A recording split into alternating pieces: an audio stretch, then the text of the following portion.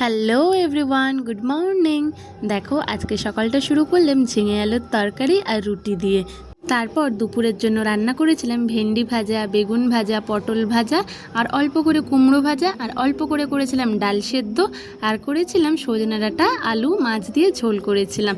তারপরে দুপুরবেলা খাওয়া দাওয়া সেরে গ্রামের উদ্দেশ্যে বেরিয়ে পড়লাম। ভেবেছিলাম নেক্সট দিন সকাল সকালই বেরোবো, কিন্তু তোমরা তো সবাই জানো আমাদের মাছের দোকান, তো মোটামুটি সব মাছ বিক্রি হয়ে গেছে বলে সেদিনই বিকালে বেরিয়ে পড়লাম। তারপরে শিয়ালদায় এসে ট্রেন ধরে চললাম। আজকে না এতটাও গরম ছিল না, একটু যেন মেঘলা মেঘলা ওয়েদার ছিল।